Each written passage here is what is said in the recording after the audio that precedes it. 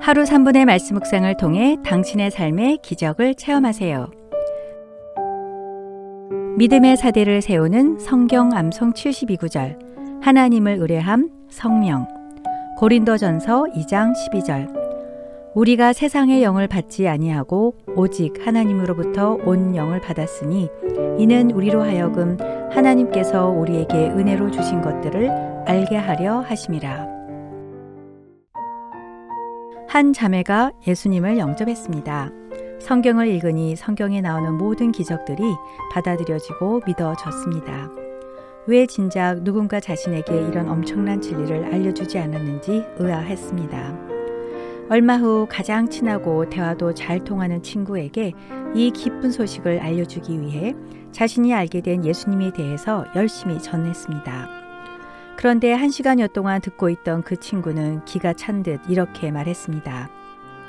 넌 그 말들이 믿어지니?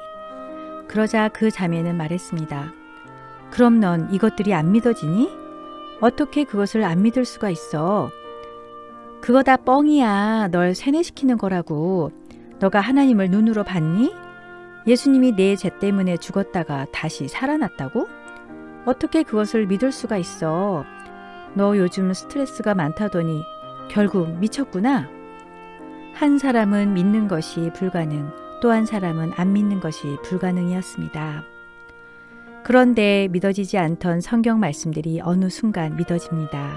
그래서 믿음은 기적이며 하나님이 주신 선물입니다.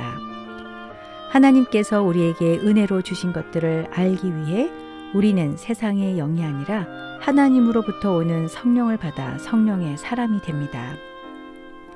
가장 논리적이고 이성적인 과학자가 성령의 사람으로 거듭나 복음의 대사가 된 한 분을 소개합니다. 학자들 사이에 최고 권위의 상징인 한림원 회원과 국제원자력상을 수상했고 국제원자력기구 의장과 과학기술처 장관을 2번이나 지냈지만 복음의 대사가 된 것을 최고의 영예로 여기며 살고 있는 분, 바로 정근모 박사입니다.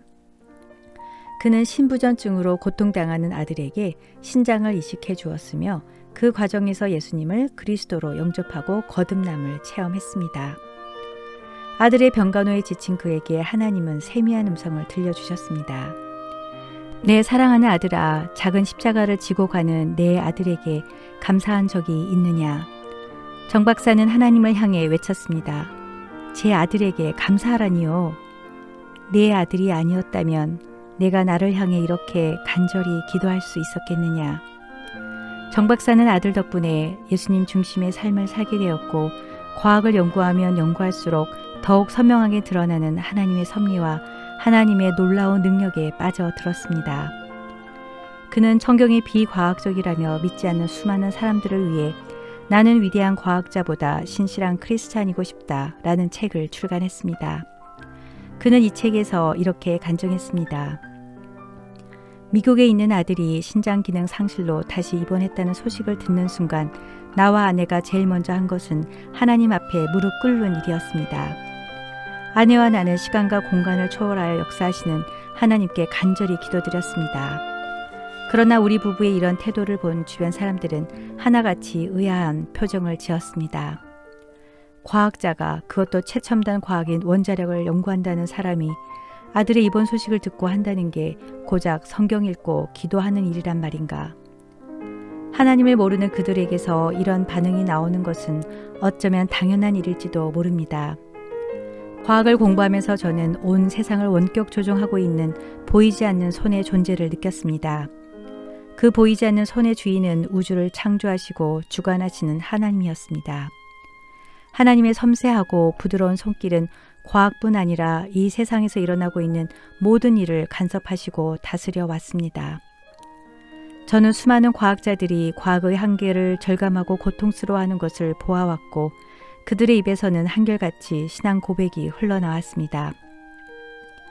20세기 최고의 과학자 아인슈타인의 입에서도 과학을 모르는 종교는 장님이며 종교가 없는 과학은 불구다라는 말을 했습니다. 아인슈타인이 그러했듯 과학자는 그 어떤 사람보다 신의 존재를 인정할 수밖에 없습니다. 과학을 연구하면 연구할수록 위대한 창조주이시며 우리의 모든 것을 주관하시는 하나님의 존재를 느끼기 때문입니다. 과학이란 인간이 만든 학문으로 이 세상 진리가 갖고 있는 극히 한정된 일부분에 불과합니다. 그동안 과학을 사랑하는 한 사람으로서 과학을 알아가는 동시에 하나님의 섭리에도 눈을 뜰 수 있었던 것에 감사합니다. 하나님의 뜻은 너무나 크고 오묘해서 우리의 눈과 귀와 머리로는 볼 수도 들을 수도 느낄 수도 없습니다. 그러나 하나님은 제 삶의 방패가 되셨습니다. 저는 이 놀라운 기도의 응답을 통해 우리 힘으로는 어찌할 수 없는 고통과 시련의 터널 안에 하나님의 크나큰 사랑과 은혜가 있었다는 것을 다시 한번 깨닫게 되었습니다. 또 이어령 박사는 과학을 적당히 알면 무신론자가 되지만 과학을 깊이 제대로 알면 하나님을 만나게 된다고 말씀하셨습니다. 사도 바울은 고린도전서 2장 12절에서 우리는 세상의 영을 받은 것이 아니라 하나님에게서 오신 영을 받았습니다. 그것은 하나님께서 우리에게 은혜로 주신 선물들을 우리로 하여금 깨달아 알게 하시라는 것입니다. 사도 바울은 고린도 교회에서 복음을 전할 때 대단히 두려웠고 무척 떨었다고 합니다.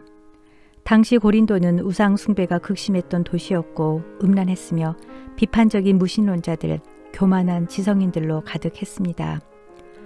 그러한 상황에서 사도 바울은 세상적 지식이나 훌륭한 말로 복음을 전하지 않았고 오직 성령에 의지하여 십자가에 달리신 예수 그리스도만 전했다고 했습니다. 사도 바울은 성령의 능력으로 세상의 지혜로는 도저히 알 수 없는 하나님의 지혜와 영적인 세계를 전했습니다. 하나님의 지혜는 우리 눈으로 보지 못하고 귀로 듣지 못하며 오직 성령으로만 알 수 있습니다. 요한복음 8장 32절 진리를 알지니 진리가 너희를 자유롭게 하리라.